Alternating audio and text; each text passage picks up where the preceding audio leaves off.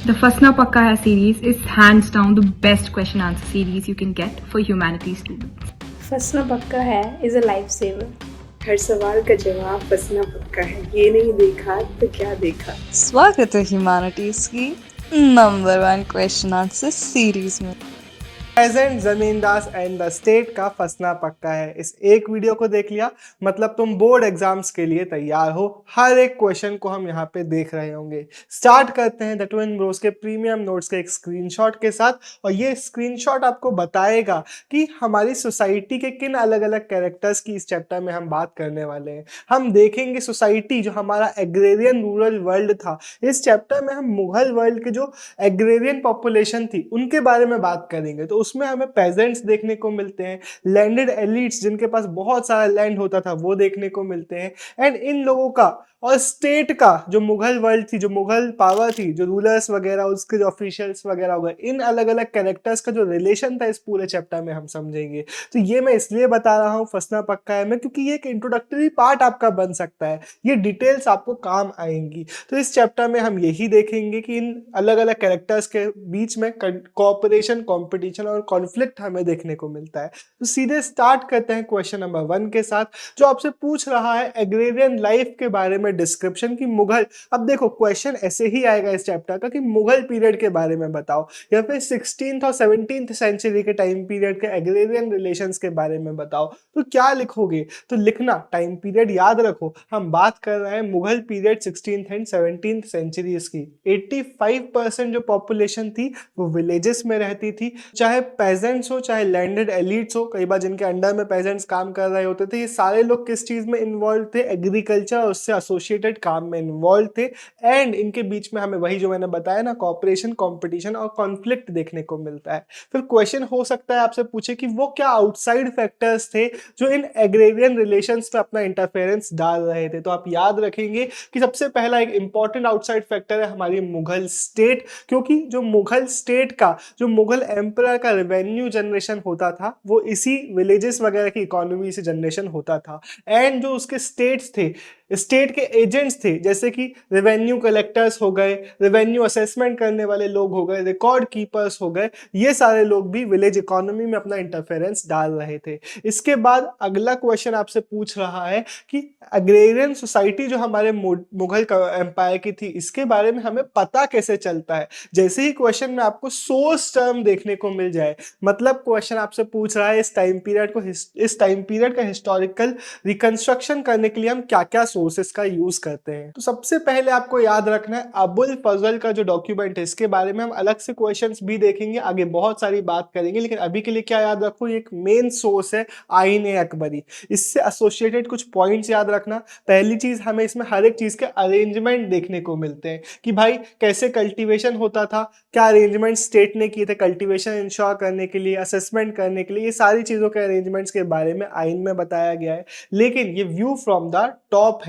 इसके बाद बाकी सोर्सेस क्या है, हमें रेवेन्यू रिकॉर्ड्स देखने को मिलते हैं गुजरात, महाराष्ट्र, राजस्थान जैसे रीजन्स के, इसके थ्रू हमें सोसाइटी के बारे में पता चलता है।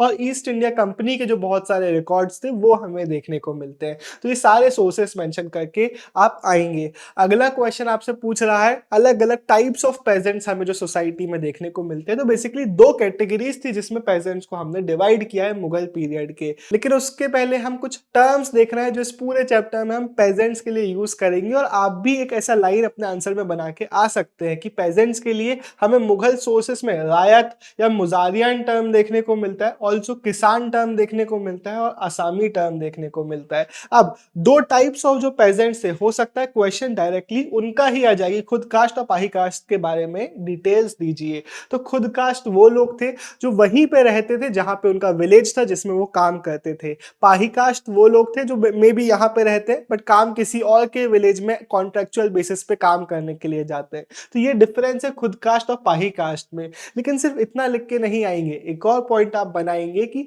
हो सकता है कि पाही कास्ट मतलब मैं रहता तो यहाँ हूं तो मैं क्यों ना यहीं पे काम करूं, लेकिन मैं किसी और के विलेज में कॉन्ट्रेक्चुअल बेसिस पे काम क्यों कर रहा हूं? हो सकता है कि बाय चॉइस ये हो, मुझे लगा कि वहां पे ज्यादा मैं अर्न कर पाऊंगा, वहां के जो रेवेन्यू कलेक्टर्स हैं वो ज्यादा अच्छे हैं, वहां की रेवेन्यू डिमांड कम है, तो मैं वहां पे जाके काम कर रहा हूँ। लेकिन कई बार ये आउट ऑफ कंपल्शन भी होता था कि भाई मेरे एरिया में फेमाइन आ गया, या फिर मेरे एरिया में इकोनॉमिक डिस्ट्रेस चल रहा है, या फिर रेवेन्यू अनपेएबल है, तो फिर मुझे छोड़ के अपना विलेज जाना पड़ सकता है। अब अगला क्वेश्चन है कि एवरेज पेजेंट की कंडीशन के बारे में बताओ ड्यूरिंग द मुगल पीरियड। इस वाले क्वेश्चन के आने के चांसेस थोड़े कम है, बट थोड़ी सी डिटेल है, आप याद रख सकते हैं। आप याद रखेंगे कि नॉर्थ इंडिया में हमें क्या देखने को मिलता है कि ज्यादातर एवरेज जो पेजेंट्स थे हमारे, जो नॉर्मल पेजेंट्स थे हमारे, उन लोगों के पास अ पेयर ऑफ बुलक्स होता था और 2 प्लाउज होते थे, ज्यादातर के पास उससे भी कम ही होता था।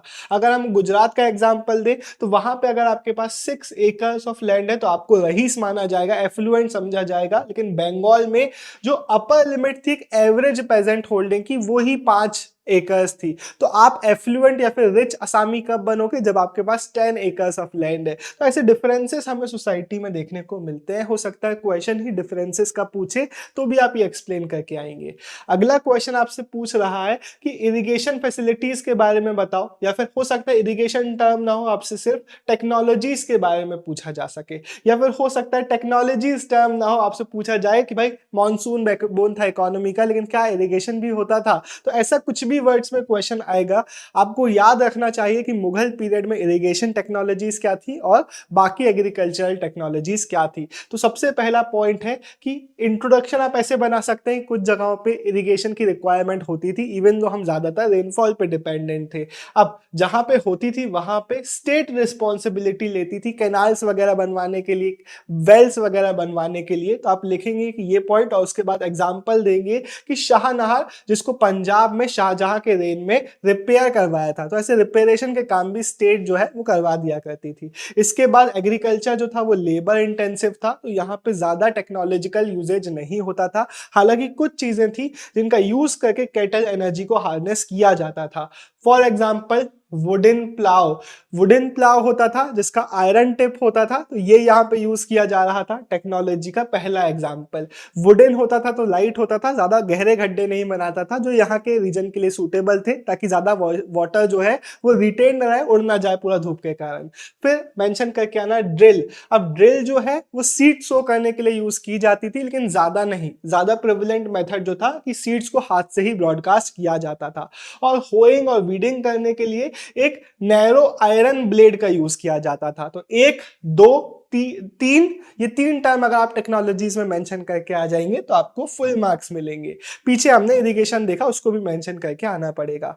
अब अगला क्वेश्चन है कि कैसे ऑर्गेनाइजेशन होता था एग्रीकल्चर का। हो सकता है कि अलग अलग क्रॉप्स जो उगते थे उनके बारे में डिफाइन करिए कि कितने क्रॉप्स उगते थे, कैसी वेराइटीज उगती थी। हो सकता है क्वेश्चन आपसे पूछे कि सब्सिस्टेंस के लिए फार्मिंग होती थी इंडियन मुगल पीरियड में, या फिर कमर्शियल प्रोडक्शन भी होता था। तो ऐसा कोई भी वर्ड्स में क्वेश्चन आ सकता है। क्वेश्चन जब आपसे पूछेगा कि किस तरीके की क्रॉप्स उगती थी, कितनी क्रॉप्स उगती थी, क्या साइकिल्स होती थी, तो उसके बारे में आप क्या क्या लिख के आएंगे वो हम यहाँ पे देख रहे हैं। 2 सीजन खारिफ और राबी, और ज्यादातर एरियाज में एनुअली 2 क्रॉप तो उगती ही थी। जो एकदम खराब एरियाज है वहां पे 1 क्रॉप, जो और बेटर एरियाज है जहां पे अच्छी इरिगेशन है या फिर अच्छा रेनफॉल है वहां पे 3 क्रॉप्स भी उगती थी। पहला पॉइंट आपका क्लियर हो गया। इसके बाद अगला पॉइंट आपको ये वाला याद ही रखना है कि भाई आगरा में 39 वेराइटीज ऑफ क्रॉप्स, दिल्ली में 43 वेराइटीज 2 सीजन में, बंगाल में 50 वेराइटी की राइस उग रही है। तो ये पॉइंट आपको क्या बता रहा है, कितनी ज्यादा वेराइटी थी हमारे क्रॉप्स में। लेकिन सिर्फ स्टेपल्स का प्रोडक्शन नहीं हो रहा था, यहाँ पे हमें देखने को मिलता है एक टर्म जिन से कामिल। हो सकता है क्वेश्चन इसी के बारे में डायरेक्टली आ जाए। जिन से कामिल का मतलब है, एमसीक्यू में भी आ सकता है, परफेक्ट क्रॉप्स। ये बेसिकली वो क्रॉप्स थे जो सब्सिस्टेंस के लिए नहीं बल्कि कैश के लिए प्रोड्यूस किए जाते थे। इसका एग्जाम्पल में आपको याद रखना है कि कॉटन हो गया हमारा, शुगर केन हो गया, दे आर जिन से कामिल पार एक्सीलेंस, मतलब बेस्ट एग्जाम्पल है जिन से कामिल के। इसके अलावा ऑयल सीड्स, मस्टर्ड जैसे हो गया, लेंटिल्स हो गए, ये सारे भी जिनसे कामिल के एग्जाम्पल है। और जो जो स्टेट होती थी वो मेक श्योर करती थी कि लोग सिर्फ सब्सिस्टेंस के लिए नहीं बल्कि ऐसे कैश क्रॉप्स भी प्रोड्यूस करें। तो कॉटन के बारे में लिख सकते हैं कि बहुत सारे सेंट्रल इंडिया और डेक्कन प्लेट्यू के रीजन में उगाया जा रहा था। बंगाल में शुगर बहुत ज़्यादा प्रोड्यूस हो रही थी। तो सिर्फ सब्सिस्टेंस का प्रोडक्शन नहीं बल्कि मार्केट में बेचने के लिए भी बहुत सारे क्रॉप्स जो थे वो मुगल इंडिया में उगाए जाते थे। अगला क्वेश्चन आपसे पूछ रहा है इनइक्विटीज के बारे में कि सोसाइटी में कैसे डिफरेंसेस थे, सोसाइटी में कैसे हमें अलग अलग लेवल्स देखने को मिलते हैं। तो जब क्वेश्चन आपसे पूछेगा सोसाइटी के इनइक्विटीज के बारे में, सोसाइटी आपसे पूछेगा कास्ट, पॉवर्टी और सोशल स्टेटस में हमें एक कोरिलेशन देखने को मिलता है। तो ये सारे पॉइंट्स हम एक्सप्लेन करेंगे। हमें देखने को मिलेगा कि जिनकी कास्ट लो है वो पुअर भी है, उनका सोशल स्टेटस भी लो है। तो इसलिए हमें क्वेश्चन की फ्रेमिंग, हो सकता है ये क्वेश्चन बहुत सारे लोगों को कंफ्यूज कर देता है, लेकिन अगर आप क्वेश्चन पढ़ोगे तो बेसिकली इसका सार वही है कि डिफरेंसेस के बारे में पूछा जा रहा है कि कैसे कुछ लोगों को गलत तरीके से ट्रीट किया जा रहा है उसके बारे में पूछा जा रहा है। तो हम देख लेते हैं। सबसे पहला पॉइंट यही बनेगा कि बहुत सारे ऐसे लोग थे जिनको एग्रीकल्चर लेबर की तरह सोसाइटी में रखा जाता था। इवन दो सोसाइटी में बहुत सारा लैंड था, उनको उसका एक्सेस नहीं दिया जाता था, hence they were pushed towards poverty. वैसे आगे बढ़ने के पहले अगर आपको हमारा ये पीडीएफ चाहिए तो हमारी वेबसाइट में आप जा सकते हैं, और सिर्फ हिस्ट्री का नहीं, पॉलिटिकल साइंस का पीडीएफ भी वहां पे अवेलेबल है और हिस्ट्री का पीडीएफ भी वहां से आप ले सकते हैं। चलो वापस आंसर में आते हैं। तो लिख देना कि बहुत सारे ऐसे लोग थे जिनको पॉवर्टी की कंडीशन में सोसाइटी में रखा जाता था और इनकी कंडीशन मॉडर्न डे के दलित्स के जैसे थी। लेकिन सिर्फ ऐसा नहीं कि किसी एक पर्टिकुलर कम्युनिटी में ही ऐसा हो रहा है, हमें हर कम्युनिटी में ऐसे डिफरेंसेस देखने को मिलते हैं। अगर हम मुस्लिम कम्युनिटीज के एग्जांपल लें तो वो लोग हलाल खुरास जो थे, जो सोसाइटी में साफ सफाई का काम वगैरह करते थे, स्कैवेंजर्स थे, तो इनको विलेजेस से आउटसाइड रखा जाता था। बिहार में हमें मलाजादास की कम्युनिटी देखने को मिलती है जिसका लिटरल मीनिंग है सन्स ऑफ बोटमैन। इनकी कंडीशन एकदम स्लेव्स के जैसी थी। तो बेसिकली सारे वो लोग जो सोसाइटी में लोअर स्ट्रेटा में थे, जो लोअर पोजीशंस में थे, लोअर स्टेटस में थे, उनमें हमें ये भी देखने को मिलता है कि बहुत पुअर भी थे और उनकी कास्ट भी अक्सर लोअर हुआ करती थी। हालांकि इंटरमीडिएट लेवल पे ऐसा जरूरी नहीं है। हमारे जो फसना पक्का है का पीडीएफ है, हमारे जो नोट्स हैं, उनमें हमने बहुत मेहनत करी है, जी जान लगा के मेहनत लगाई थी। एंड जब वो आपको हेल्प करते हैं तो हमें सुन के बहुत अच्छा लगता है। तो अगर आपने हमारे फसना पक्का के पीडीएफ और नोट्स को ऑलरेडी हमारे वेबसाइट से ले लिया है तो आप प्लीज़ कमेंट करके बताएं कि वो आपको कैसे लगते हैं। अगर आपने नहीं लिया है लेकिन आप लेना चाहते हैं तो फसना पक्का का पीडीएफ भी, हिस्ट्री हो चाहे पॉलिटिकल साइंस हो, और हमारे सारे मेजर सब्जेक्ट के जो प्रीमियम नोट्स हैं वो आपको मिल जाएंगे thetwinbros.in पे। कोई भी डाउट हो तो हमारे व्हाट्सएप नंबर पे आप हमें कनेक्ट कर सकते हैं। अब जैसे कि हर फसना पक्का है मैं एक आध क्वेश्चन आपको होमवर्क में दे देता हूँ। एक क्वेश्चन आपका होमवर्क के लिए कि बताओ कि कैसे इंटरमीडिएट लेवल्स पे हमें ऐसे direct correlation between caste and status and poverty देखने को नहीं मिलता। ये क्वेश्चन आने के चांसेस बोर्ड एग्जाम में कम है, इसलिए मैं आपको होमवर्क दे रहा हूं। तो इसको आप कमेंट सेक्शन में एक्सप्लेन करेंगे। सारे लोग कमेंट्स में लिख देना, जो परफेक्ट आंसर्स होंगे उन पर मैं रिप्लाई कर दूंगा और आप लोग इसका आंसर कमेंट में देख भी सकते हैं। नेक्स्ट क्वेश्चन है हमारा एक बहुत इंपॉर्टेंट क्वेश्चन, और यहां से 2-3 क्वेश्चन लगातार इंपॉर्टेंट है, तो अच्छे से सुनना। विलेज पंचायत के बारे में पूछा जाएगा कि बताओ विलेज पंचायत का स्ट्रक्चर कैसे होता था, विलेज पंचायत को कैसे ऑर्गेनाइज किया जाता था, इसका हेडमैन कैसे डिसाइड किया जाता था। तो यहाँ पे हम बात करेंगे पंचायत के पूरे ऑर्गेनाइजेशन की। तो पंचायत क्या था? असेंबली ऑफ एल्डर्स था। इसमें जो इंपॉर्टेंट उड्डे वड्डे थे हमारी सोसाइटी के, जो इंपॉर्टेंट एल्डर्स थे, जैसे कि वो लोग जिनके पास बहुत सारी प्रॉपर्टी है, बहुत सारा पैसा है, उन लोगों को रिप्रेजेंटेशन मिल रहा होता था। जो मिक्स्ड कास्ट विलेजेस थे वहां पे ये हेट्रोजेनस बॉडी होती थी, मतलब अलग अलग कास्ट के लोगों को इसमें रिप्रेजेंटेशन मिल रहा होता था। ये ओलिगार्किकल होते थे, मतलब मल्टीपल लोग मिलके इनमें डिसीजन मेकिंग करते थे। इसमें एक और चीज याद रखना कि जो एकदम लोएस्ट सोसाइटी के लोग थे, जो मीनियल वर्कर्स वगैरह थे, उनको इसमें रिप्रेजेंटेशन नहीं मिलता होगा। ये आपका एक पॉइंट बनेगा। इनके जो डिसीजंस होते थे दे वर बाइंडिंग ऑन द मेंबर्स, मतलब सबको मानना पड़ेंगे। जो हेडमैन होता था उसके लिए 2 टर्म मुकद्दम और मंडल है, आप याद रखेंगे, एमसीक्यू में आ सकता है। हेडमैन का सिलेक्शन कैसे होता था? सारे हमारे एल्डर्स ने बोला कि भाई इसको बनाना है, तो कंसेंसस के बेसिस पे उसको बना दिया जाता था, लेकिन इसको उसको फिर रेटिफाई भी कराना पड़ेगा जमींदार से, जमींदार की परमिशन भी सीख की जाती थी। हेडमैन जब तक पोजीशन में रहेगा जब तक उसको ये लोग सपोर्ट कर रहे हैं, अगर उनका सपोर्ट नहीं है तो उसको हटा दिया जाएगा। हेडमैन का मेन फंक्शन आप याद रखेंगे to supervise the village account, और इसको सुपरवाइज करने में हेल्प करता था विलेज का जो अकाउंटेंट होता था, जो पटवारी होता था।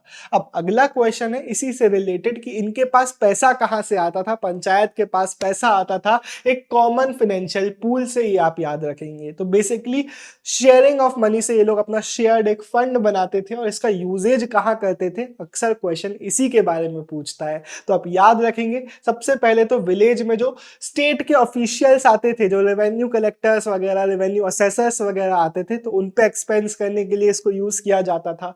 फिर कम्युनिटी वेलफेयर करने के लिए कि डिजास्टर आ गया, फ्लड आ गया, ड्रॉट आ गया, तो उस टाइम पे खर्चा पानी करके वेलफेयर के काम किए जाते थे। इसके अलावा कैनाल्स वगैरह बनवाना है, कोई इरिगेशन फैसिलिटी बनवाना है, तो उसमें भी पैसा लगाया जाता था। अब पंचायत के हम इंपॉर्टेंट फंक्शंस की बात कर लेते हैं कि पंचायत के इंपॉर्टेंट फंक्शंस क्या थे, या फिर हो सकता है ऐसे क्वेश्चन आए कि कैसे पंचायत मेक श्योर करती थी कि कोई भी रूल्स वगैरह, नॉर्म्स वगैरह सोसाइटी के ब्रेक ना करे, उसको एक्सप्लेन करो। सबसे पहले लिख के आना कि ईस्टर्न इंडिया में जो शादियां थी वो मंडल के सामने होती थी। क्यों? क्योंकि ऐसा नहीं होना चाहिए ना कि इसकी लड़की इसके साथ भाग गई, नहीं नहीं नहीं नहीं नहीं, जो प्रॉपर नियम कायदे हमारे शादी वादी के कि इनकी शादी इनके साथ होगी, जो कास्ट नॉर्म्स है उनको मेक श्योर किया जाता था कि वो फॉलो किए जा रहे हो। तो कास्ट नॉर्म्स ब्रेक करने ना दिए जाते थे, पहली चीज लिख के आना। अगर कोई ब्रेक करता है, कोई कुछ गलत एक्टिविटी करता है, तो उस पर फाइन्स लगा सकते थे, या फिर इवन हार्शर पनिशमेंट्स भी दे सकते थे। हार्श पनिशमेंट्स में लिख के आना कि एक्सपल्शन कर देते थे कम्युनिटी से,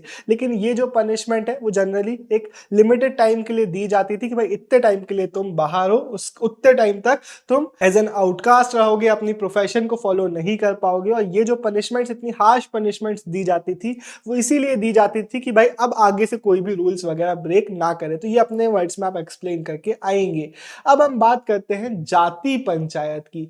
पहला पॉइंट, जैसे ही क्वेश्चन में जाति पंचायत देखने को मिल जाए, पहला पॉइंट बना देना कि हर विलेजेस में हमें अलग अलग जातियों की जाति पंचायत भी देखने को मिल जाती है। और ये जो जाति पंचायत थी वो सिविल डिस्प्यूट्स के मैटर को सॉर्ट आउट करती थी।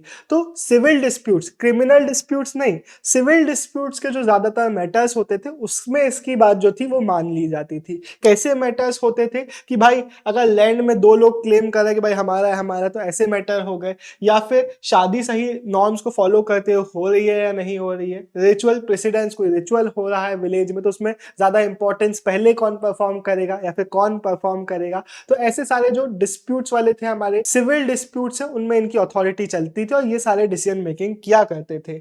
अगला क्वेश्चन आपसे पूछेगा कि पंचायत कैसे डिसीजन मेकिंग किया करती थी। हो सकता है जो अलग अलग क्वेश्चंस हम देख रहे हैं कंबाइन होके कभी आपसे आ जाए, तो पीछे वाली डिटेल ये वाली डिटेल आप साथ में देंगे। लेकिन अगर अलग से क्वेश्चन आता है कि कैसे पंचायत डील करती थी मैटर से, कैसे जो पंचायत होती थी वो अलग अलग कम्युनिटीज के जो प्रॉब्लम्स होते थे उनको सॉर्ट आउट कराने की कोशिश करती थी, या फिर क्या प्रॉब्लम्स इनके सामने आती थी, तो ऐसा कुछ क्वेश्चन आता है। तो आप याद रखेंगे सबसे पहले हमें पता कैसे चलता है, हमें राजस्थान और महाराष्ट्र के जो पुराने सोर्सेस मिले हैं उससे हमें पता चलता है कि भाई आर्काइव्स में हमें पिटीशंस देखने को मिली है कि भाई लोगों ने अपनी अपील्स करी है इन पंचायत के सामने कि भाई ये हमारी प्रॉब्लम है, इनको सॉर्ट आउट करो। क्या प्रॉब्लम्स थी भाई? लोग बोलते थे अनपेड लेबर हमसे करा रहे हैं, जो सुपीरियर कास्ट वाले लोग हैं वो हमसे काम करा रहे हैं, पैसा नहीं दे रहे हैं, या फिर बहुत हाई डिमांड्स चार्ज कर रहे हैं, बहुत ज्यादा हमसे टैक्स ले रहे हैं। जनरली जो लोअर सोसाइटी के लोग थे वो ऐसी पिटीशंस किया करते थे। कई बार वो लोग कम्युनिटीज में मिलके भी, पूरे विलेज ने मिलके अपनी पिटीशन कर दी, ये भी हमें देखने को मिलता है। तो टैक्स डिमांड वगैरह के बहुत सारे पिटीशंस हमें देखने को मिलते हैं। जो पंचायत थी उनको as a court of appeal देखा जाता था कि भाई हम अपनी अपील कर सकते हैं और मे बी हमें जस्टिस दिलाएगी ये पंचायत। तो पंचायत ऐसे ज्यादातर मैटर्स में करती क्या थी ये आप याद रखेंगे, वो कॉम्प्रोमाइज का मैटर, कॉम्प्रोमाइज का सोल्यूशन देती थी कि भाई आप थोड़ा डिमांड कम कर लो, आप थोड़ा सा ज्यादा दे दो, और ऐसी चीजें वो किया करती थी। जनता कई बार मान जाती थी, कई बार तो उनके पास ऑप्शन नहीं बचता था। जब ये सॉर्ट आउट नहीं कर पाती थी मैटर, तो वो लोग विलेज छोड़ के गाँव छोड़ के भी भाग जाया करते थे। तो ये पूरा आप कंक्लूजन दे सकते हैं। अगर आपको वीडियो अच्छा लग रहा हो तो एक लाइक और कमेंट तो बनता है। अगला हमारा क्वेश्चन पूछ रहा है विलेज आर्टिजन्स के बारे में। जैसे ही क्वेश्चन आर्टिजन्स और पेजेंट के रिलेशन के बारे में पूछे, आर्टिजन्स के बारे में पूछे, तो पहला आपका पॉइंट बन जाना चाहिए कि 25% जो हाउस होल्ड्स थे वो आर्टिजनल वर्क में इन्वॉल्व थे। लेकिन ये बात, इसका मतलब ये नहीं है कि भाई ये सिर्फ आर्टिजनल वर्क कर रहे थे। ये भी बात याद रखना कि एक फ्लूइड डिस्टिंक्शन था। हो सकता है एक पेजेंट है जो जब काम नहीं है, उसके पास हार्वेस्टिंग वगैरह का पीरियड नहीं चल रहा, उसने बीज बो दिए, अब बैठा है वो घर में, तो वो आर्टिजनल वर्क करने लग जाता था। तो यही आप अपने वर्ड्स में एक्सप्लेन करके आएंगे कि बहुत सारे पेजेंट्स जो थे, dyeing, textile printing, baking, pottery firing, making and repairing of agricultural implements, ये सारे जो आर्टिजनल वर्क हैं ये लोग पेजेंट लोग भी किया करते थे। तो पहली चीज आप एक्सप्लेन करेंगे कि भाई सोइंग और वीडिंग के बीच में, वीडिंग और हार्वेस्टिंग के बीच में जब काम नहीं होता था पेजेंट के पास, तो वो आर्टिजनल वर्क करते थे। आर्टिजनल वर्क मतलब हमारे जो विलेज आर्टिजन्स हैं, पॉटर्स हो गए, ब्लैकस्मिथ्स हो गए, कारपेंटर, बार्बर, गोल्डस्मिथ्स, ये सारे हमारे आर्टिजन्स हैं। ये भी काम करते थे और इनके बदले में इनको कैसे पैसे मिलते थे उसके बारे में हम अगले क्वेश्चन में देख लेंगे।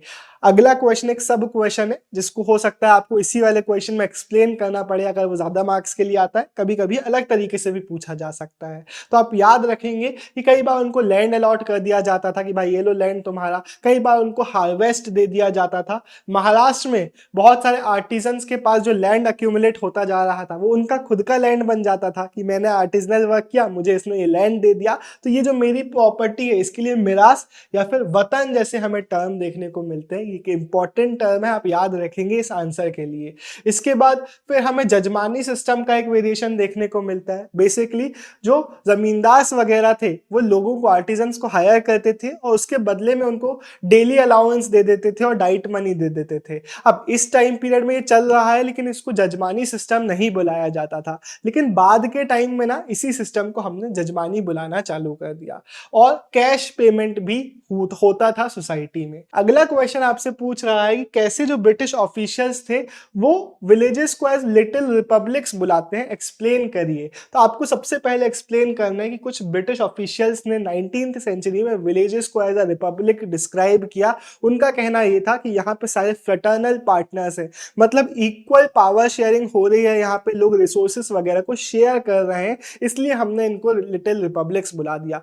लेकिन एक्चुअल सिनेरियो में ये थोड़ी सी सिंपलर पिक्चर है, आपको एक्सप्लेन करके आना पड़ेगा कि भाई विलेज में इजैलिटेरियनिज्म बिल्कुल भी नहीं था। कुछ लोग पावरफुल थे, कुछ लोग डोमिनेट होते थे, कुछ लोग करते थे। तो ऐसे डिफरेंसेस थे हमारी सोसाइटी में जो चल रहे थे और ऐसे नहीं बोल सकते आप कि भाई यहाँ पे इजैलिटेरियनिज्म है। इसके बाद अगला क्वेश्चन आपसे पूछ रहा है कि भाई इतना ज्यादा एक्सपांशन क्यों हो रहा था एग्रीकल्चर का 16th और 17th सेंचुरीज में, उसके लिए रीजंस दीजिए। तो आप पहला रीजन लिख के आएंगे कि भाई ये पॉइंट जो हमने पहले भी देखा, आप इंट्रोडक्शन में यूज कर सकते हैं।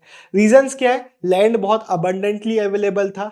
दूसरा रीजन कि लेबर बहुत अवेलेबल भी थी और मोबाइल भी थी, एक जगह से दूसरी जगह चली भी जाती थी आराम से। तीसरा रीजन कि इरिगेशन के हमें आर्टिफिशियल सिस्टम्स देखने को मिल जाते हैं। तो ये सारे रीजंस आप लिख के आएंगे, पॉइंट्स हमें वही देखने को मिल रहे हैं जो हमने पहले भी देखे हैं। अगला क्वेश्चन है कि विमेन का रोल बताओ। ये एक इंपॉर्टेंट क्वेश्चन है, सीधे 8 मार्क्स के लिए हम बहुत सारी डिटेल देखेंगे और एक क्वेश्चन नहीं, हम मल्टीपल क्वेश्चन भी देखेंगे। जैसा भी आएगा आप लिख के आ पाए। ताकि पहला क्वेश्चन है जो नॉर्मली आपसे पूछ रहा है कि विमेन का जो मुगल पीरियड में स्टेटस है उसको एक्सप्लेन करो। क्या विमेन शोल्डर टू शोल्डर काम करती थी? विमेन का कंट्रीब्यूशन क्या था? तो सबसे पहले लिख देना कि मैन टिलिंग और प्लाउइंग जैसे काम करते होंगे, विमेन हो गई वो थ्रेशिंग, विनोइंग और हार्वेस्टिंग और वीडिंग जैसे काम किया करती होंगी। बेसिकली मैन और विमेन शोल्डर टू शोल्डर काम करते थे, क्योंकि इस सोसाइटी में पॉसिबल ही नहीं था कि आप विमेन और मैन को सेग्रीगेट करके रख सको। आप ऐसे बोल सको कि घर में काम करेंगी विमेन, बाहर काम करेंगे मैन, ये यहाँ की पॉसिबिलिटी थी ही नहीं, क्योंकि हाउस होल्ड्स को मिलके काम करना पड़ता था प्रोडक्शन करने के लिए, पहली चीज। लेकिन इसका मतलब ये नहीं है कि सोसाइटी में विमेन की तरफ बायसेस नहीं थे। कभी कभी ये जो सब क्वेश्चन है ये भी एज अ सब क्वेश्चन बन के आ जाता है कि बायसेस रिगार्डिंग विमेन क्या थे, उनको एक्सप्लेन करो। तो आप लिख के आएंगे कि भाई ये तो ठीक है, लेकिन मेंस्ट्रुएटिंग विमेन जो है उनको प्लाव या फिर पॉटर्स व्हील टच नहीं करने दिया जाता था वेस्टर्न इंडिया में। बंगाल रीजन में जो बीटल ग्रोव्स, जो पान के ग्रोव्स थे, पान के बगिया थे, उनमें एंटर करने नहीं दिया जाता था मेंस्ट्रुएटिंग वुमेन को। तो ये चीज देखने को मिल गई। फिर यहाँ से आपको वुमेन का कंट्रीब्यूशन के बारे में एक पॉइंट क्लियर होना चाहिए कि यार्न स्पिन करना, शिफ्टिंग एंड नीडिंग करना, क्ले की या फिर एम्ब्रॉयडरी करना, ये कुछ ऐसे काम है जिसमें विमेन बहुत पार्टिसिपेट कर रही थी। अपने घर से काम करती थी, जो एम्प्लॉयर्स हैं उनके घर में भी जाके काम कर रही होती थी। एंड विमेन को एज अ चाइल्ड बेयरर देखा जाता था, इसलिए उनकी इंपॉर्टेंस सोसाइटी में थी। इसके अलावा विमेन का हमें हाई मोर्टेलिटी यानी कि डेथ रेट बहुत ज़्यादा देखने को मिलता है। क्यों? क्योंकि फ्रीक्वेंट प्रेगनेंसीज के कारण, मेल न्यूट्रिशन के कारण या फिर चाइल्ड बर्थ के कारण डेथ हो जाती थी, जिसके कारण डेथ रेट बहुत ज़्यादा हाई था। अब कुछ डेथ रेट के कारण हमें कुछ ऐसी प्रैक्टिसेस देखने को मिलती है जो सिर्फ हमें पेजेंट सोसाइटीज में ही ज़्यादातर देखने को मिलती है। कैसी प्रैक्टिसेस? जो थोड़ी सी अलग थी। फॉर एग्जाम्पल, ब्राइड प्राइस की पेमेंट करना, डाउरी नहीं ब्राइड प्राइस देना पड़ता था, क्योंकि विमेन का डेथ रेट ज़्यादा था, विमेन कम मिलती थी, तो आपको ब्राइड प्राइस देने वाला कस्टम देखने को मिलता है। आपको रीमैरिज जैसे कस्टम देखने को मिलते हैं कि विडो हो, ठीक है रीमैरिज कर लो। तो अगर बाय चांस क्वेश्चन पूछता है कैसे हमें अलग कस्टम्स देखने को मिलता है पेजेंट सोसाइटी में, तो इसके बारे में आप एक्सप्लेन करेंगे। अलग इन द सेंस कि ब्राह्मणिकल पॉइंट ऑफ व्यू से ये सारी चीजें गलत मानी जाती थी, लेकिन पेजेंट सोसाइटी में सारी चीजें चल रही थी। अगला क्वेश्चन है कि अब विमेन को इंपॉर्टेंट चाइल्ड बेयरिंग फोर्स तो माना जा रहा है, लेकिन उनको कंट्रोल करने की कैसे कोशिश की जा रही है, उसके बारे में हमें एक क्वेश्चन देखने को मिल रहा है। अगर ये क्वेश्चन अलग से नहीं आता तो इसी का आप एक पॉइंट पीछे वाले क्वेश्चन में भी बना के आ सकते हैं, लेकिन यहाँ पे हम अलग से देख ले रहे हैं ताकि अलग अलग आते हैं तो भी आपसे बने, साथ में आएगा तो कुछ नहीं करना है, बस मिक्स कर देना है डिटेल्स को। तो क्वेश्चन में क्या है कि विमेन को कैसे कंट्रोल करने की कोशिश की जाती थी। तो आप लगा के लिख के आएंगे कि विमेन को हार्श पनिशमेंट्स मिलती थी इनफिडेलिटी के लिए, अगर उनको सस्पेक्ट किया जाता है। अगर एक विमेन अपने हस्बैंड की तरफ लॉयल नहीं है, चीट करती है, तो उसको बहुत हार्श पनिशमेंट्स दी जाती थी। लेकिन सेम चीज मेल्स के साथ नहीं की जाती थी। पहली चीज आप लिखेंगे। विमेन जो है वो कभी कभार पंचायत में अपनी पिटिशंस डालती थी कि भैया हमारा जो मर्द है, हमारा जो हस्बैंड है, वो हाउस होल्ड की तरफ, गृहस्थी की तरफ ध्यान ही नहीं देता है, ना पैसे प्रोवाइड कर रहा है ना कुछ। तो ऐसा कुछ केस होता था, तो जो पंचायत होती है वो मेक श्योर कराती थी कि हस्बैंड अपनी गृहस्थी को इग्नोर ना करे। ये हो गया। विमेन के जो नेम्स होते थे वो पिटिशंस में हाइड किए जाते थे, उनको ऐसे रेफर किया जाता था कि वाइफ ऑफ देव या फिर चाइल्ड ऑफ XYZ, ऐसे तरीके से उनको रेफर किया जा रहा होता था। अब विमेन का इकोनॉमिक पार्टिसिपेशन की थोड़ी और बात हम कर लेते हैं। पीछे भी हमने देखा, यहाँ पे और भी पॉइंट्स हैं कि जो लैंडेड जेंट्री, मतलब जो लैंडेड एलिट्स की जो फैमिली थी, जो हाई स्टेटस की विमेन थी, उसमें हमें क्या देखने को मिलता है कि विमेन के पास अथॉरिटी थी, विमेन के पास प्रॉपर्टी इनहेरिट करने के राइट्स थे। पंजाब में हमें विमेन देखने को मिलती है, इवन विडोज जो एक्टिवली रूरल मार्केट में पार्टिसिपेट कर रही थी, प्रॉपर्टी बाय एंड सेल कर रही थी। हिंदू और मुस्लिम दोनों ही हमें देखने को मिल जाती है जो जमींदारी एक्टिविटीज में पार्टिसिपेट कर रही थी। और विमेन जमींदार की हम बात करें तो 18th सेंचुरी बंगाल में जो राजशाही जमींदारी, जो एक बहुत बड़ी जमींदारी थी, उसके हेल्म में, उसके पावर में एक विमेन ही थी। तो हमें विमेन पार्टिसिपेशन ऐसी एक्टिविटीज में भी देखने को मिल जाता है। अगला क्वेश्चन आपसे पूछ रहा है कि अभी तक तो तुमने चैप्टर में सेडेंटरी एग्रीकल्चर की, पेजेंट्स वेजेंट्स की ही बात करी है ना, लेकिन क्या सिर्फ सेडिमेंटरी एग्रीकल्चर ही इंडिया में होता था? क्या सिर्फ सेटल्ड पेजेंट्स ही थे इंडिया में, या फिर और भी कुछ सिनेरियो था? तो आप याद रखेंगे कि इंडिया का जो 40% कवर था वो फॉरेस्ट कवर्ड एरिया था। तो इंडिया में फॉरेस्ट लैंड, स्क्रब लैंड, ये सारे रीजन्स भी बहुत ज्यादा थे, और यहाँ के रहने वाले लोगों को जंगली बुलाया जाता था। कौन है वो जंगली लोग? जो फॉरेस्ट में रह रहे हैं, फॉरेस्ट प्रोड्यूस को, हंटिंग गैदरिंग का काम वगैरह कर रहे हैं। एग्जाम्पल्स में आप याद रखिए कुछ ट्राइब्स के नाम, भील्स हो गया, अहोम्स हो गया, बहुत सारे ट्राइबल ग्रुप्स के नाम हम देखेंगे, और थोड़ी थोड़ी उनकी डिटेल है जो आपको याद रखनी पड़ेगी।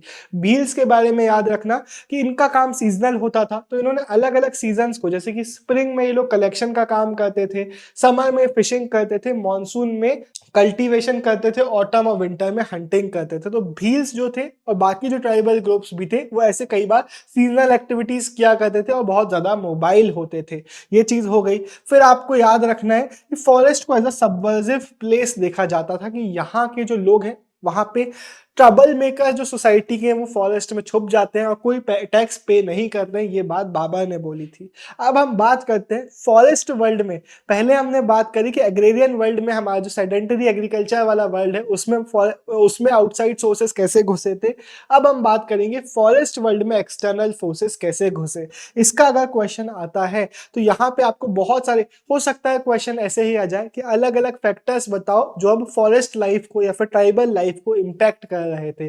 तो पॉलिटिकल फैक्टर क्या है, जो मुगल वर्ल्ड था, जो मुगल स्टेट थी, उसको चाहिए थे हाथी अपनी आर्मी के लिए। तो कहाँ से कलेक्ट होते थे वो, पेशकश यानी कि ट्रिब्यूट चार्ज करते थे ट्राइबल ग्रुप से। पहली चीज हो गई। दूसरी चीज, मुगल जो रूलर्स हैं वो हंटिंग को ऐसे देखते थे कि हंटिंग एक बहुत अच्छी चीज है, हम हंटिंग करेंगे तो लोगों से हम मिल पाएंगे, सोसाइटी में घुस पाएंगे। तो हंटिंग एक्सपीडिशंस जो होते थे वो भी फॉरेस्ट वगैरह में किए जाते थे। फिर अगला पॉइंट आपको देखने को मिल रहा है कि कमर्शियल वर्ल्ड ने कैसे फॉरेस्ट रीजन को एंटर किया। तो फॉरेस्ट प्रोड्यूस जैसे कि हनी हो गया, बीस वैक्स, गम लैक, इनको अब मार्केट में बेचा जा रहा था। गम लैक का फॉरेन एक्सपोर्ट बहुत ज्यादा बढ़ गया था। एलिफेंट्स जो थे उनको कैप्चर करके बेचा जा रहा था। अब भील्स याद रख लिए, अब लोहानीज याद रख लो, और लोहानीज के बारे में लिख के आना कि बहुत सारे ट्रेड में ये लोग पार्टिसिपेट कर रहे थे। तो अफगानिस्तान के साथ और टाउन कंट्री इंडिया के विद इन जो ट्रेड है उसमें ये लोग पार्टिसिपेट कर रहे थे। अगली चीज कि जो ट्राइबल कम्युनिटीज के जो हेड वगैरह थे, कई बार वो लोग जमींदार बन जाते थे, कई बार वो लोग एग्रीकल्चर में शिफ्ट हो जाते थे। ये चीज याद रखना। एक पॉइंट, अहोम किंग्स। अब तीसरे हो गए, तीसरा ट्राइबल ग्रुप से अहोम्स का। अहोम किंग्स के बारे में याद रखना कि इनके पास पाएक्स होते थे, मतलब इनके ही खुद के जो लोग हैं वो लोग इनके लिए एज मिलिट्री सर्विस वगैरह प्रोवाइड किया करते थे, जिनको हम पाएक्स बुलाते हैं। और अहोम किंग्स ने जो एलिफेंट्स अपने रीजन के थे उनको बोल दिया था कि सिर्फ और सिर्फ हम कैप्चर कर सकते हैं। तो ये भी आपको याद रखना है। और याद रखना कि कोच किंग्स, आखिरी ग्रुप देखने को मिल रहा है। कोच किंग्स जो हमारे थे ये बहुत फ्रीक्वेंटली अपने आसपास के जो ट्राइबल ग्रुप्स थे उनके साथ वॉर्स वगैरह किया करते थे। और एक लास्ट पॉइंट है कि कल्चरल फैक्टर्स जैसे कि सूफी सेंट्स वगैरह जो थे उन लोगों ने भी बहुत सारे ऐसे रीजन्स में इस्लाम को पॉपुलराइज करने में और इस्लाम को एक्सेप्ट कराने में रोल प्ले किया। अब हम एक बहुत इंपॉर्टेंट क्वेश्चन में आ गए, जो एक ऐसा क्वेश्चन है, चैप्टर में लिखा भी हुआ है कि अगर आप मुगल वर्ल्ड की बात करते हो, इनके बारे में बात नहीं करते, तो आपने अच्छे से मुगल इकोनॉमी को नहीं समझा है। हो सकता है ये जो मैंने वर्ड्स बोले हैं यही आपको क्वेश्चन में देखने को मिल जाए और पूछ लिया जाए किन की हम बात कर रहे हैं। आपको यहाँ पे क्वेश्चन में डायरेक्टली इनका नाम जमींदार भी देखने को मिल सकता है और पूछा जा सकता है कि जमींदार की पावर के बारे में बताओ, इनका रिलेशन बताओ स्टेट के साथ कैसा था, इनका सोसाइटी में स्टेटस क्या था, ये सब बताओ। तो जैसे ही आपको क्वेश्चन जमींदार के बारे में देखने को मिलेगा, आपको याद रखना है कि इनका सुपीरियर स्टेटस था सोसाइटी में। क्यों था? पहली चीज, इनमें ज्यादातर लोगों की कास्ट हाई थी। दूसरी चीज, ये लोग खिदमत यानी कि स्टेट के लिए, मुगल स्टेट के लिए सर्विस परफॉर्म करते थे। क्या करते थे ये लोग? स्टेट के बदले में रेवेन्यू कलेक्शन का काम करते थे और उसमें से कुछ शेयर अपने जेब में रख लेते थे। इनके पास बहुत सारी मिल्कियत थी, बहुत सारा लैंड था जो इनके अंडर में था और इनके लिए ही ये लोग पर्सनल यूजेज के लिए अपने लैंड को यूज किया करते थे। इसके बाद इनके पास मिलिट्री पावर भी होती थी, बहुत सारी मिलिट्री थी, जिसके कारण में इनके पास हाई पावर थी सोसाइटी में। अब हो सकता है क्वेश्चन आपसे पूछ ले कि जमींदारी एक्सपांशन कैसे होता था, कैसे जमींदारी पावर्स को ये लोग बढ़ा रहे होते थे, कैसे नए ग्रुप्स जो है वो जमींदारी, हमने बात कर रही है कि कुछ ट्राइबल चीफ जो है वो भी जमींदार बन सकते हैं, तो ये सारी चीजें कैसे होती थी, इनका क्वेश्चन भी आ सकता है। पहली चीज है, आपने किसी एरिया को कैप्चर कर लिया, लेकिन ऑब्वियसली मुगल पावर ऐसी चीजों को ज्यादा अलाउ नहीं करती होगी। दूसरी चीज है, आपने किसी वीकर सेक्शन को डिस्पोजेस करके उसके लैंड को हड़प लिया, ये हो गया। लेकिन मेन मेथड जो स्लो प्रोसेसेस हैं जमींदारी पावर को बढ़ाने के, जिसका यूज करके ज्यादातर लोग जमींदारी रैंक्स में आ रहे थे, वो क्या है? आपको याद रखना है कि भाई आपने नए लैंड को कॉलोनाइज कर लिया, वहां पे पहले कोई नहीं था, आपने जाके वहां पे अपना डोमिनेंस एस्टेब्लिश कर दिया और उसको एग्रीकल्चर में ला दिया। दूसरी चीज, आपने राइट्स ट्रांसफर करवा दिए, किसी और ने आपको दे दिया लैंड में भी, ये हो सकता है। या फिर आपने स्टेट के ऑर्डर के थ्रू किसी लैंड को होल्ड कर लिया, स्टेट ने बोल दिया ये लैंड आपका, या फिर आपने किसी लैंड को परचेस कर लिया। तो ये सारे मेथड्स आप एक आंसर में एक पॉइंट बना के भी लिख सकते हैं, इनका क्वेश्चन आता है तो भी आप ये एक्सप्लेन करके आएंगे। और लास्ट पॉइंट याद रखना कि इतना सारा प्रोडक्शन इनके लैंड में जो होता था वो बेचने के लिए इन्होंने अपने मार्केट्स भी स्टेब्लिश किए थे, जहां पे बाकी पेजेंट्स भी आके अपने प्रोड्यूस को बेचते थे। अब हो सकता है क्वेश्चन आपसे पूछे कि जमींदार सिर्फ और सिर्फ एक्सप्लॉयटेटिव नहीं थे, इसको एक्सप्लेन करो, या फिर जमींदार का पेजेंट्स के साथ हमें जो रिलेशन देखने को मिलता है जिसमें वो एक्सप्लॉयटेटिव तो है लेकिन फादर फिगर्स भी हैं, रेसिप्रोकेटी का एक जो रिलेशन देखने को मिलता है उसको एक्सप्लेन करो। तो अगर क्वेश्चन में ये वर्ड्स आते हैं तो ठीक, अगर नहीं आते हैं तो आपका इंट्रोडक्शन एग्जैक्टली ये वर्ड्स बन सकते हैं। इसको एक बार अच्छे से यहाँ तक पढ़ लो, आप इंट्रोडक्शन या फिर एक पॉइंट बना के इसको आ सकते हैं। और इसी के लिए हम दो ओपिनियन देख लेते हैं। पहली चीज, हमने भक्ति सेंट्स की बात करी थी ना, वो ऑपरेशन के अगेंस्ट आवाज उठाते थे लेकिन वो कभी भी जमींदार को ऑपरेसिव फिगर्स नहीं बुलाते। ये एक व्यू हमें देखने को मिल गया, वो स्टेट के अगेंस्ट जा रहे थे, जमींदार के अगेंस्ट नहीं।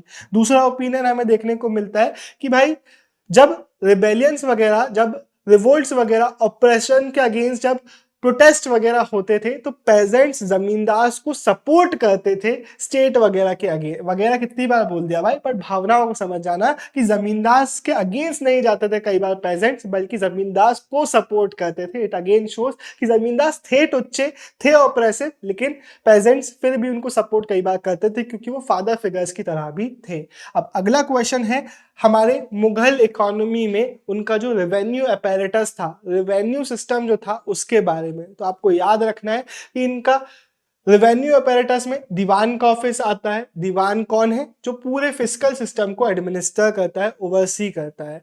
इसमें हमें रेवेन्यू ऑफिशियल्स देखने को मिलते हैं और रिकॉर्ड कीपर्स देखने को मिलते हैं। दो टर्म याद रखना, जमा मतलब असेसमेंट की इतना हमें रेवेन्यू कलेक्ट करना है, और हासिल मतलब जितना हमने टोटल रेवेन्यू असेस, जितना टोटल हमने रेवेन्यू कलेक्ट किया। अकबर ने बोला था अमील गुजार से, अमील गुजार कौन है? जो रेवेन्यू कलेक्टर है, कि भाई आपको पहली चीज करना है कि पैसे में आप लेके आ सको कैश में, लेकिन अगर कैश में नहीं मिलता है तो काइंड का ऑप्शन भी आपको ओपन रखना है। मतलब कोई पैसे नहीं दे पा रहा है तो उसका हार्वेस्ट वगैरह उठा के ले आओ, ये भी चलेगा। औरंगजेब के एग्जाम्पल में हमें देखने को मिलता है कि मुगल्स कोशिश कर रहे थे बहुत सारा असेसमेंट करने की, बहुत सारा एनालिसिस करने की, कितना ज्यादा हम टैक्स वगैरह ले सकते हैं। फॉर एग्जाम्पल औरंगजेब ने, अकबर ने भी किया बहुत सारे लैंड को असेस करने का काम। आइन में हमें एग्जाम्पल देखने को मिलता है। और सेम चीज औरंगजेब ने भी, इन्होंने भी बोला था कि पता लगाओ कि कितने विलेज में कितने पेजेंट्स हैं, कितना पैसा दे सकते हैं, कितना उनके पास लैंड है। तो ऐसी चीजें हमें देखने को मिलती हैं जो बताती हैं कि ये लोग अपने पूरे हर एक चीज को मेजर करने की कोशिश कर रहे थे। अगला क्वेश्चन आपका मुगल एम्पायर और बाकी एम्पायर के बीच में ट्रेड की बात कर रहा है। हो सकता है पूछे कि बहुत सारा सिल्वर इंडिया के पास आ रहा था, कैसे आ रहा था, क्यों आ रहा था।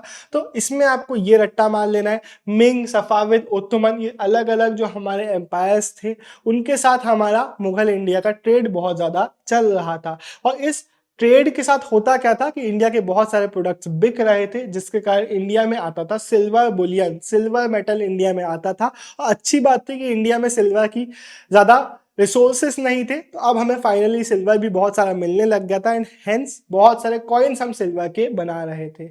Opening of the new world, जब अमेरिकाज वगैरह यूरोप ने डिस्कवर कर लिए, उसके बाद यूरोपियन जो ट्रेड था वो इंडिया के साथ भी बहुत ज़्यादा बढ़ गया था। और लास्ट में पॉइंट जो है ये आप मेंशन ज़रूर करके आएंगे कि जियोवानी करेरी एक इटालियन ट्रेवलर थे जिसने बहुत सारा इंडियन ट्रेड के बारे में विविड डिस्क्रिप्शन दिया है।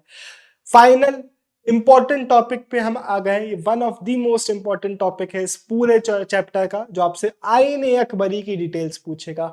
कितने सारे क्वेश्चंस देखने को मिल रहे हैं ना, क्योंकि इसके क्वेश्चंस रिपीट हुए हैं 50 बार और अलग अलग टर्म्स में हुए हैं, अलग अलग तरीकों से हुए हैं। लेकिन क्वेश्चन आपसे पूछेगा आइन के बारे में, बताओ ये क्या है, इसके लिमिटेशंस के बारे में, इसको किसने बनाया और कैसे बनाया। तो सारी डिटेल्स हम देख लेते हैं। लिख के आपको यूजुअली ज्यादातर डिटेल्स आना ही पड़ेगा। आइन अकबरी एक बड़े हिस्टोरिकल प्रोजेक्ट का पार्ट था। वो प्रोजेक्ट था अकबरनामा। अकबरनामा के कितने बुक थे? अकबरनामा के 3 पार्ट थे। 3 पार्ट में फर्स्ट 2 पार्ट्स जो थे वो historical narrative of the empire थे, और जो थर्ड पार्ट था वो था हमारा आइन ए अकबरी। तो आइन ए अकबरी अबुल फजल ने लिखा था, 1598 में कंप्लीट हुआ, जो कि 42nd रूलिंग ईयर था हमारे अकबर का। और इसमें हमें बहुत सारी डिटेल्स देखने को मिलती है हमारे अकबर के रेन की। तो बेसिकली इसमें हमें हर एक डिस्क्रिप्शन की, भाई मुगल एडमिनिस्ट्रेशन कैसे होता था, आर्मी कैसे चलती थी, मुगल हमारा जो इंपीरियल हाउस होल्ड है उसका पूरा ऑर्गेनाइजेशन कैसे होता था, ये सारी डिटेल्स हमें देखने को मिल जाती हैं। मेन डिटेल है आपको अलग अलग दफ्तर की, जो अलग अलग कितने पार्ट हैं 5 पार्ट हैं, उनकी क्या क्या डिटेल्स हैं, उनमें से 3 की आपको अच्छे से पता होना चाहिए और चौथे की और 5वें की थोड़ी सी लाइन है, बस वो याद होना चाहिए। मंजिल आबादी में हमें इंपीरियल हाउस होल्ड और उसके मेंटेनेंस की डिटेल्स मिलती हैं। सिपाह आबादी में हमें मिलिट्री और सिविल एडमिनिस्ट्रेशन के जो ऑर्गेनाइजेशन है उसकी डिटेल्स, जो इंपीरियल ऑफिसर्स हैं उनके स्केचेस देखने को मिलते हैं। स्कॉलर्स, पोएट्स और आर्टिजन्स की हमें बायोग्राफीज देखने को मिल जाती हैं। मुल्क आबादी जो 3rd बुक है, इसमें physical part of the empire के बारे में डिटेल्स देखने को मिलती है। तो हमारे जो 12 इंपॉर्टेंट प्रोविंसेस थे अकबर के रेन में, उसके बहुत सारी फिजिकल डिटेल्स, स्टैटिस्टिकल और क्वांटिटेटिव डिटेल्स, मतलब डेटा हमें बहुत सारा देखने को मिल जाता है। और यहाँ पे अब देखो एक पूरा 8 टेबल का हमें कंटेंट देखने को मिलता है। ये आप लाइन लिख के जरूर आ सकते हैं कि इसमें एक टेबल हमें देखने को मिलती है जिसमें 8 कॉलम्स थे, अलग अलग डिटेल्स, जैसे कि परगना, किला, कितने परगना थे, कितने महल थे, कितने किला थे, कितने ये थे, ये सारी डिटेल्स देखने को मिलती है। लेकिन इतना सारा रटने की क्या आपको जरूरत है?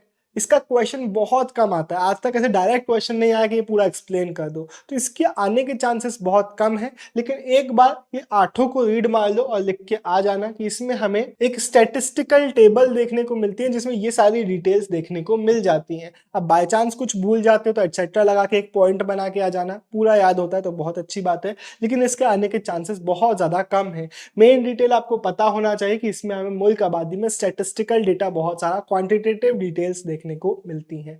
4th और 5th जो बुक है, बुक्स को हम दफ्तर बुलाते हैं, ठीक है, तो 5 दफ्तर थे, 3 की हमने डिटेल्स देख ली। 4th और 5th में हमें रिलीजियस, लिटरेरी और cultural traditions of the people and the empire की डिटेल्स देखने को मिलती है और अकबर की ऑस्पिशियस सेइंग्स देखने को मिलती है। अभी जो लास्ट 2 लाइन है ये बहुत इंपॉर्टेंट है, यहाँ पे हम लिमिटेशन की भी बात करेंगे इस आईन अकबर की।